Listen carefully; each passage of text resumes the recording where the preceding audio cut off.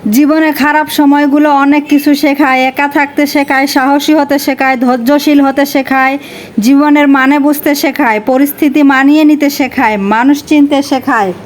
তো এই যে আমি সকাল সকাল উঠে ঘর গুছার কাজে লেগে পড়েছি, কারণ আমার পিচ্চির দুইটা ঘরের অবস্থা এমন করে রাখে যে মানুষ দেখলে বলবে আমি মনে হয় কখনোই ঘর পরিষ্কার করি না।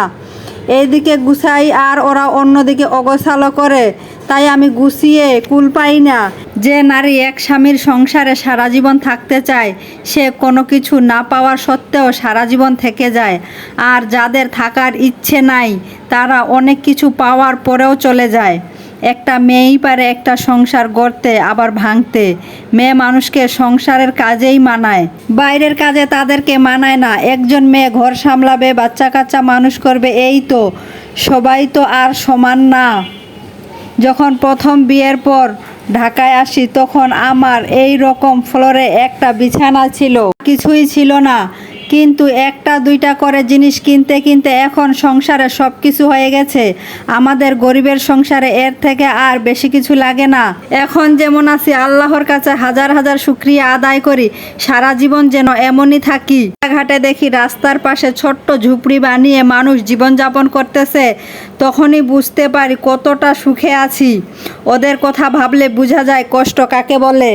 তার পাশেই রান্না বান্না করে আবার ওই জায়গায়তে খাওয়া দাওয়া করে, তাদের তুলনায় আমরা কত ভালো জায়গায় থাকি। আল্লাহ, তুমি এই অসহায় মানুষগুলোকে ভালো রেখো খোদা। আমার এই ছোট্ট সংসারটাকে আমি অনেক সুন্দর করে তুলতে চাই। আর আমার এই দুইটা পিচ্চি সোনামণিদের জন্য আমার ঘরের 12টা বাজে।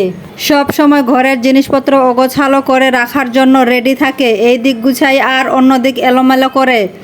সুন্দর করে গুছিয়ে রাখতে চাইলেও আমি পারি না। একটা সংসার তখনই সুখী হয় যখন একজন স্বামী স্ত্রী দুজনকে বোঝার চেষ্টা করে, একে অপরের পাশে দাঁড়ায়।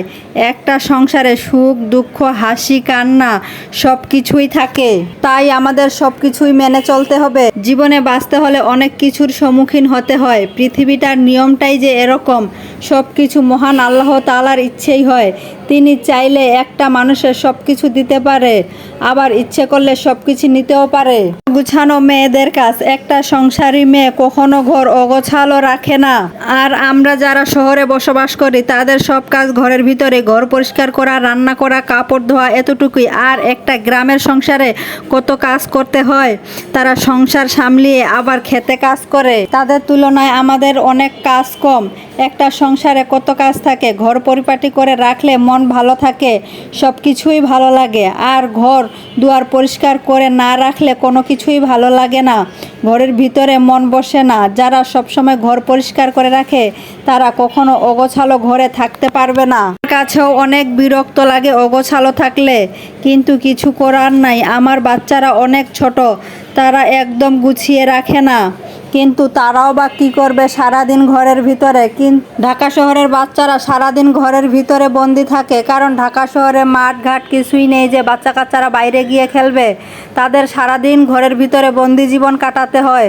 তাদের দেখেও অনেক কষ্ট লাগে যে সারাদিন একটা ঘরের ভিতর কিভাবে বাচ্চা কাচ্চারা থাকে। টিভি মোবাইল ছাড়া আর তাদের কাছে কোনো কিছুই থাকে না। এভাবেই শহরের বাচ্চা কাচ্চারা বেশি মোবাইল দেখতে দেখতে অনেক রকমের রোগে আক্রান্ত হয়। তাদের অল্প বয়সেই চোখে চশমা দেওয়ার লাগে, কারণ তারা সবসময় মোবাইল দেখে। বাবা মারাও বুঝে যে সবসময় মোবাইল দেখার কারণে তাদের অনেক ক্ষতি, কিন্তু কি করব আমরা। সারাদিন তারা ঘরের ভিতরে আর কি করবে। যখন অতিরিক্ত জ্বালায় মনে হয় থাক একটু মোবাইলে দেখুক আর চুপচাপ থাকুক ঘরের ভিতরে, কিন্তু এতে করে বাচ্চার অনেক বড় ক্ষতি হয়ে যায়। আমরা চাইলেও পারি না বাচ্চাদেরকে একটু নিচে নামতে দিতে বা কারোর সঙ্গে খেলতে দিতে, কারণ এই এত বড় ঢাকা শহরে কেউ কাউকে চিনে না। কোথায় কী রকমের বিপদ পেতে থাকে বোঝা বড় দায়। তাই আমরা ভয়ে বাচ্চাদেরকে নিচেও নামতে দিতে পারি না। সবসময় ঘরের ভিতরেই বন্ধ করে রাখতে হয়।